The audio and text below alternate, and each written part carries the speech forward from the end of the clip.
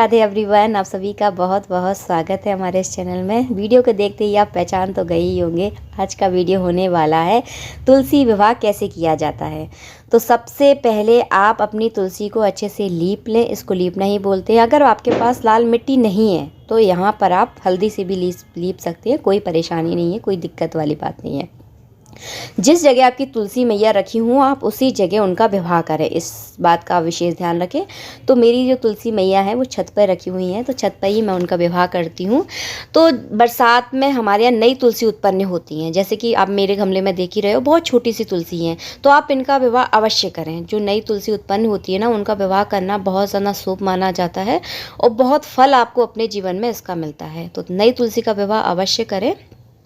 तो इस तरह से देखिए मैंने इस जगह को अच्छे से लीप लिया है, तो आप इस तरह से लीप लें। अब मैं यहाँ पर बिछाऊंगी मैं चौकी। तो तुलसी मैया के बराबर में आपको चौकी बिठाना है। तो अगर आपके पास 2 चौकी होना तो बड़ा मज़ा आ जाएगा। इस तरह से 2 चौकियाँ आप तुलसी मैया के बराबर में आप 2 चौकियाँ बिछा लें, क्योंकि थोड़े से नीचे रह जाएंगे भगवान, उनको बराबर में बिठाना है। इसलिए 2 चौकियाँ आप बराबर में अच्छे से बिछा लें तो अच्छा भी लगता है। और गन्ने का आप मंडप ज़रूर बनाएं तुलसी विवाह में। मेरे पास यहाँ पर गन्ने नहीं है, इसलिए मैं आपको नहीं बना के दिखा पा रही हूँ।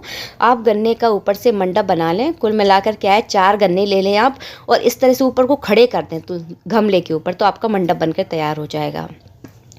चौकी के ऊपर आप पीला कपड़ा बिछाएं, क्योंकि शालिग्राम जी का फेवरेट होता है पीला कलर, शुभ माना जाता है। शादी विवाह में रेड पीला तो बहुत ज़्यादा शुभ माना जाता है, तो पीला कपड़ा आप ज़रूर बिछाएं। कलश इस पूजा में आप ज़रूर रखें, क्योंकि आज हम तुलसी विवाह कर रहे हैं। तो तुलसी विवाह में सभी देवी देवताओं का निमंत्रण तो आपको करना ही होगा। बिना निमंत्रण के बिना किसी को बुलाए कैसे विवाह हो जाएगा, तो सभी को आपको बुलाना है, इसीलिए आप कलश ज़रूर रखें। कलश की विधि तो मैं कई अपनी वीडियो में दिखाई चुकी हूँ किस तरह से किया जाता है, तो उस तरह से आप कलश रख सकते हैं।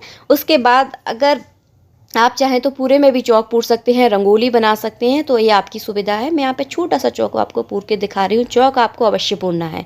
आप चाहें पूरे में रंगोली बना लें, जहाँ आपकी तुलसी है तो उस जगह को आप अपने हिसाब से डेकोरेशन कर सकते हैं, लेकिन चौक आपको अवश्य पूरना है। तो मैं छोटा सा चौक आपको यहाँ पर पूर के दिखा रही हूँ। आप यहाँ पर बड़ा भी पूर सकते हैं। तो मैं हमेशा आटे का पूरती हूँ, आप अपने हिसाब से रंगोली बना लें। इसके ऊपर कलर ज़रूर डालें। अगर आप हल्दी से पूर रहे हैं, आटे से पूर रहे हैं, तो कलर ज़रूर डालें। ऊपर से आप चावल ज़रूर डालें, खाली चौक नहीं रखा जाता। तो देखिए इस तरह से हमने चौक भी पूर लिया है। इस सबसे पहले पूजा में जलाया जाता है दीपक। तो दीपक को बिना चावल के आसन दे हुए नहीं रखा जाता, तो आप चावल का आसन देकर उसके ऊपर आप दीपक रखें। बहुत तेज़ हवा चल रही है छत पर आज, तो दीपक जलने में थोड़ी सी दिक्कत हो रही थी, लेकिन भगवान की कृपा से जल गया। यहाँ पर मैंने शंख रखा है। शंख के नीचे आप चावल ना रखें, इस बात का विशेष ध्यान रखें। हमने आसन बिछा के रखा हुआ है, कपड़ा बिछाया है, तो उनको उसी से आसन मिल जाएगा। उसके बाद रख दिए मैंने वरुण घंटी, उनके नीचे आप चावल रख दें। इसके बाद करेंगे हम पूजन। तो सबसे पहले मैं आपको हमेशा अपने वीडियोस में बताती हूँ, पूजा स्टार्ट करने से पहले किया जाता है पंचभूत पूजन करना अति आवश्यक है।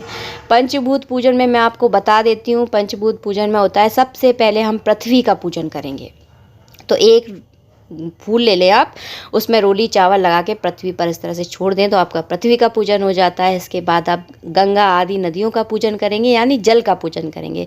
तो इस तरह से देखिए आपको जल का पूजन करना है, जैसा कि आप लोग वीडियो में देख ही रहे हो। इसके बाद करना है आपको दीपक का पूजन। तो देखिए इस तरह से रोली चावल लगा के पुष्प में आप इस तरह से छोड़ दें, तो आपके उसका पूजन हो जाएगा। शंख के पूजन में आप चावल नहीं रखना है, तो सिर्फ रोली लगा दें, इस तरह से पुष्प रख दें। वरुण घंटी का पूजन करेंगे, रोली चावल लगाएंगे और घंटी को थोड़ा सा आप बजा दें, तो आपका वरुण घंटी का भी पूजन हो जाएगा।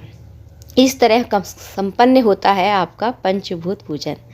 इसके बाद करेंगे हम गौरी गणेश का पूजन, क्योंकि कोई भी पूजा हो सबसे पहले गौरी गणेश की पूजा तो अति आवश्यक। से पहले आप 4 बार जल छोड़ेंगे, उसके बाद आपको पंचामृत से स्नान करवाना है। उसके बाद कराएंगे आप शुद्ध जल से स्नान। शुद्ध जल से स्नान कराने के बाद आप मूर्तियों को अच्छे से कपड़े से पोंछ लें। उसके बाद लगाएं आप इत्र। इत्र लगाने के बाद मूर्तियों को पहनाऊंगी मैं यहाँ पर वस्त्र, और मूर्तियों को वस्त्र पहनाने के बाद चावल का मैं यहाँ पर आसन दूंगी और आसन पे भगवान को विराजमान करूंगी। गौरी जी गणेश जी के दाहिनी ओर बैठती हैं हमेशा, तो इस चीज़ का आप बिठाने का हमेशा ध्यान रखें। गणेश जी के दाहिनी ओर गौरी जी को आप बिठा लें, उनके बाद आप गणेश जी को स्थान दें। तो देखिए इस तरह से आपको बिठाना है। और तुलसी के दाहिनी ओर आप चौकी लगाएंगे। देखिए जैसे कि मैंने वीडियो में लगाई है, दाहिनी ओर रखा जाता है, भगवान जी को ना दाहिनी ओर बैठाला जाता है। तो इस चीज़ का आप ध्यान रखें। कलश भी हमें दाहिनी ओर रखना है, भगवान जी के दाहिनी ओर, और दीपक भी दाहिनी ओर रखा जाता है। जैसा कि आप लोग वीडियो में देख ही रहे हो, तो इस तरह से आप ध्यान रखें, दाहिनी ओर रखी जाती है सारी चीज़ें। तो देखिए हमने भगवान को विराजमान कर दिया है। गणेश जी को हम चंदन लगाएंगे और गौरी माता को लगाएंगे रोली। तो जैसे नॉर्मल पूजा होती है भगवान जी की, जो कि हमेशा मैं अपने वीडियोस में आपको दिखाती हूँ, उस तरह से आपको करना है।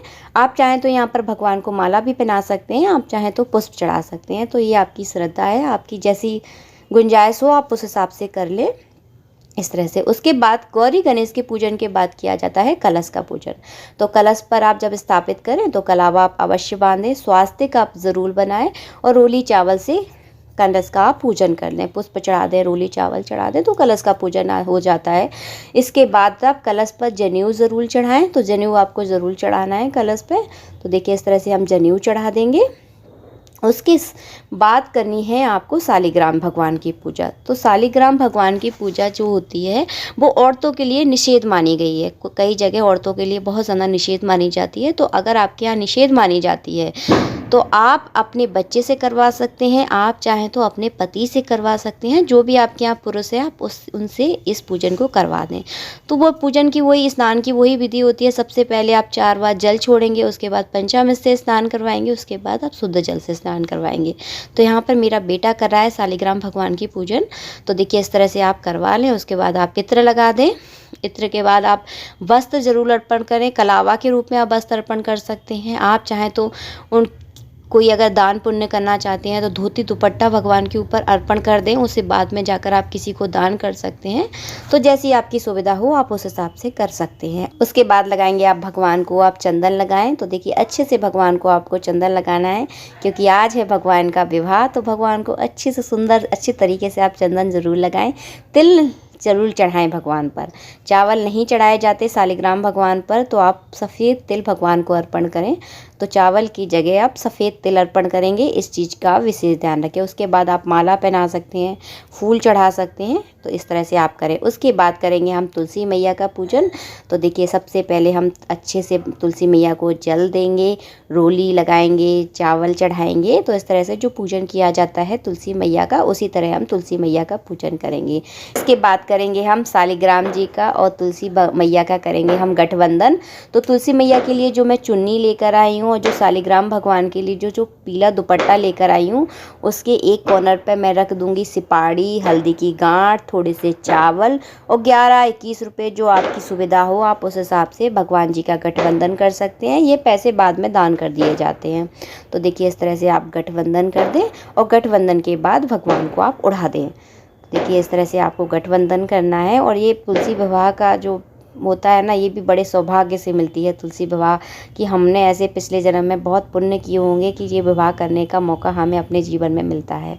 तो देखिए इस तरह से आपको गठबंधन करना है और फिर जाके तुलसी मैया को आप उड़ा दें और पीला जो दुपट्टा है वो आप शालिग्राम भगवान को उड़ा दें। तो इस तरह से देखिए आपको करना है। और गुलाबी दुपट्टे में हमारी तुलसी मैया बहुत प्यारी लग रही थी। धूप है इसलिए कलर इतना उभर कर नहीं आ पा रहा है, लेकिन बहुत ज़्यादा खूबसूरत लग रही थी हमारी तुलसी मैया गुलाबी कलर के दुपट्टे में। तो आप चाहें तो यहाँ पर लाल कलर का भी दुपट्टा ला सकते हैं। सुहाग का सामान आप चढ़ा दें। मेरी तुलसी में अभी जवारे हैं तो इतना सारा सामान मैं तुलसी में रख नहीं सकती, क्योंकि जवारे थोड़े से बेकार हो जाएंगे। तो मैं यहाँ पे नीचे रख रही हूँ, आप चाहें तो गमले में रख सकती हैं। बिछिया आपको ज़रूर चढ़ाना है। जो हम सुहाग के सामान में हम चढ़ाते हैं ना, वो सारी चीज़ें आपको चढ़ाना है। तुलसी मैया को चूड़ी आप ज़रूर पहनाएं।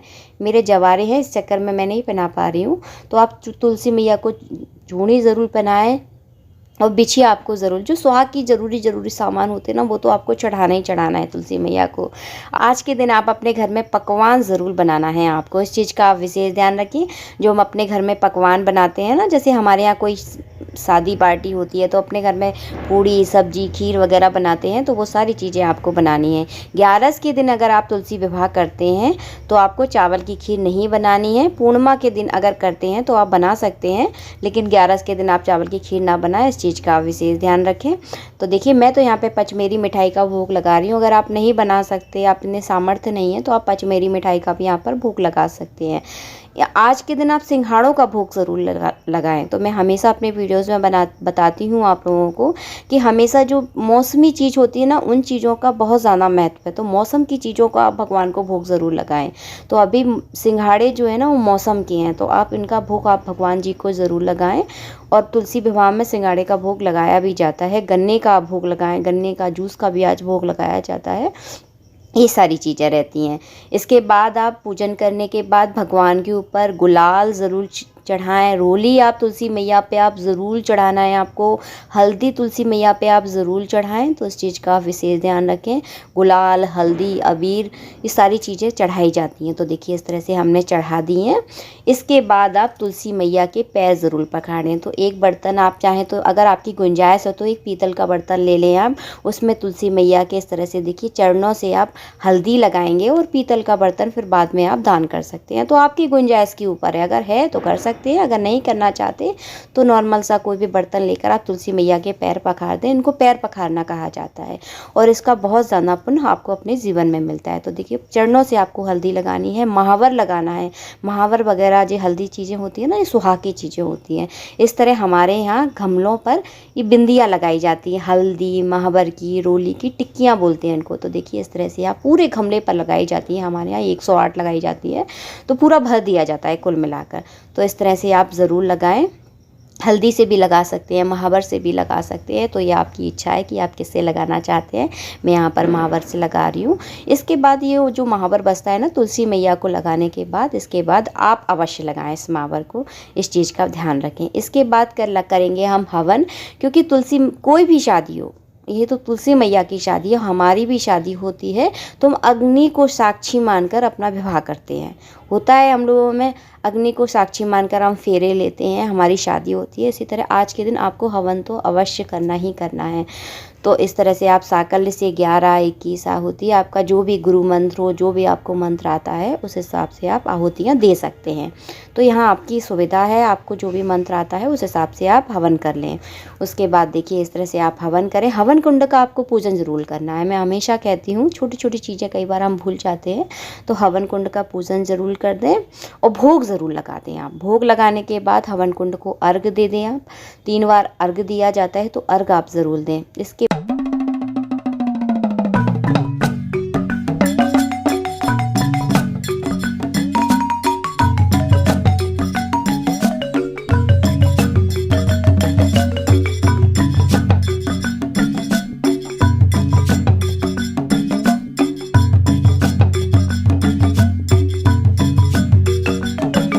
आरती आप चाहें तो यहाँ पर कपूर से कर सकते हैं, आप चाहें तो घी के दीपक से कर सकते हैं। तो ये आपकी इच्छा है, आपकी मर्ज़ी है कि आप आरती किससे करना चाहते हैं। तो मैंने थाली में बना लिया यहाँ पे स्वास्तिक, थोड़े से चावल रखूँगी, और जो दीपक मैंने सबसे पहले प्रज्वलित किया था उसी से आप आरती कर सकते हैं, कोई दिक्कत नहीं है। तो देखिए इस तरह से आप आरती कर सकते हैं। आपको तुलसी मैया की आरती हो तो आप तुलसी मैया की कर सकते हैं। तो देखिए इस तरह से हमें आरती करना है। आरती करने के बाद आप भगवान जी की नज़र ज़रूर उतारें, इस चीज़ का विशेष ध्यान रखें, क्योंकि आज भगवान जी की है शादी, और शादी के दिन तो भगवान जी को हमारे नज़र लगी जाती है, क्योंकि शादी के दिन तो हम सभी को नज़र लग जाती है, क्योंकि उस दिन हम बहुत ज़्यादा खूबसूरत लगते हैं। और देखिए आज के दिन मेरी तुलसी मैया बहुत ज़्यादा प्यारी लग रही है। तो इस तरह शंख से आप नज़र उतारें, दोनों कोनर पर आपको पानी इस तरह से डालना है। तो देखिए इस तरह से नज़र उतारी जाती है। तो देखिए ये हो गई हमारी पूजा संपन्न। इस तरह से किया जाता है तुलसी विवाह।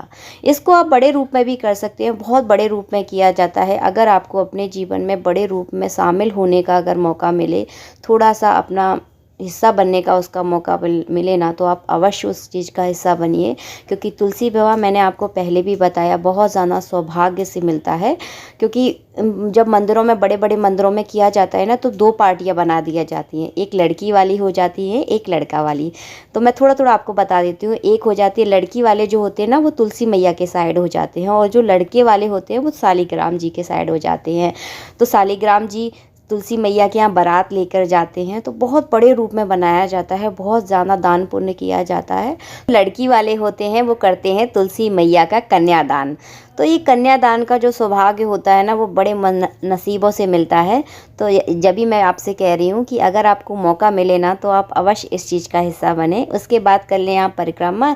यहाँ पर आप तुलसी मैया की फेरे भी करवा सकते हैं। अगर आपके यहाँ छोटी सी तुलसी मैया है, छोटा सा गमला है, आप उसको आसानी से आप उठा सकते हैं, तो आप फेरे करवा सकते हैं। आपके यहाँ कोई भी जेंट्स हो तो जेंट्स शालिग्राम जी को अपनी गोदी में रख लें और आप रख लें अपनी गोदी में तुलसी मैया को, तो 7 फेरे आप उनको करवा सकते हैं। उसके बाद देखिए इस तरह से आपको हाथ जोड़कर प्रणाम करना है और इस तरह से देखिए पल्लू से इस तरह से तुलसी मैया के चरण स्पर्श करने हैं आपको। सुहाग आप तुलसी मैया से ज़रूर लें। जिस तरह उनका सुहाग अमर है ना, उसी तरह से हमारा भी सुहाग अमर रहे। तो इस तरह से आज के दिन हम तुलसी मैया से हमें प्रार्थना करना चाहिए। और देखिए ये हो गई हमारी पूजा संपन्न। तो इस तरह से छोटे रूप में इस तरह से किया जाता है। आप चाहें बड़े रूप से कर सकते हैं। बड़े रूप का भी मैंने आपको बता दिया कि बड़े रूप में कन्यादान किया जाता है। बहुत बड़े मतलब दान पुण्य भी बहुत ज़्यादा किया जाता है। जो हम लड़की के विवाह में दान पुण्य करते हैं ना, वो सारे दान पुण्य हमें तुलसी मैया के विवाह में किए जाते हैं। और जो भी तुलसी मैया पे हमने सुहाग का सामान चढ़ाया है वो सारा सब कुछ आप दान कर सकते हैं। आज के दिन दान पुण्य का भी बहुत ज़्यादा महत्व होता है। तो जैसे कि लड़की की शादी में हम दान करते हैं, कन्यादान करने के बाद बहुत सारी चीज़ें दान की जाती हैं, वो सारी चीज़ें आप इसमें भी दान कर सकते हैं। तो ये आपकी इच्छा है, आपकी स्वेच्छा है, आप करना चाहते हैं तो कर सकते हैं। इस तरह से देखिए जो सुहाग का सामान चढ़ाया है उसको आप दान ज़रूर करें। जो आपने बिछिया चढ़ाए हैं वो आप किसी सुहागन स्त्री को दें, क्योंकि ये दान पुण्य का जो फल होता है वो बहुत ज़्यादा हमें अपने जीवन में मिलता है। आज के दिन आप अपने घर में पकवान ज़रूर बनाएं। ये मैं पहले भी बता चुकी हूँ कि पकवान आपको ज़रूर बनाना है। यहाँ पे तो मैंने पचमेरी मिठाई का भोग लगाया है। आप पकवान बनाएं तो पूरी थाली भरकर आप भगवान का भोग लगाएं। गाय के लिए आप अवश्य निकालें आज के दिन। कन्या हो अगर आपके यहाँ हो तो कन्या को आप भोजन ज़रूर कराएं। तो ये छोटी छोटी चीज़ें होती हैं जो हमें अपने जीवन में हमेशा याद रखनी चाहिए। और तुलसी मैया से आज आप आशीर्वाद ज़रूर लें, इस चीज़ का आप विशेष ध्यान रखें। आई होप आपको ये वीडियो अच्छा लगा है। अगर वीडियो अच्छा लगा है तो वीडियो को आप लाइक ज़रूर करें। चैनल पर आप पहली बार आए हैं तो चैनल को आप सब्सक्राइब करना बिल्कुल ना भूलें। मिलती हूँ आप सबसे नेक्स्ट वीडियो में। वीडियो अच्छा लगता है तो लाइक प्लीज़ ज़रूर करें इस वीडियो को।